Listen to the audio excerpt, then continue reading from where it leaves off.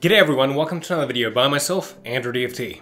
And today is just a nice quick simple vid to give you guys a new round of Apex Legends templates. So in the previous template video I dropped a bunch of templates and I saw a lot of you guys actually go out and make them, which is fantastic. I also went and built the Hemlock from it, that guy here. And I was incredibly happy with my turnout, so I decided I wanted to do something else, and I thought I would jump in and do a triple take. Now I won't be revealing that in this video, that is still in production, but I will be dropping the templates for you, as well as the Peacekeeper, the R301, and the Mozambique. So those are all available in the description box below in a PDF form for free. Go download them, get them started. If anyone builds the Mozambique, I would love to see it. Share it with me on my Instagram, Andy_DFT, and I will promote it because that would be fantastic.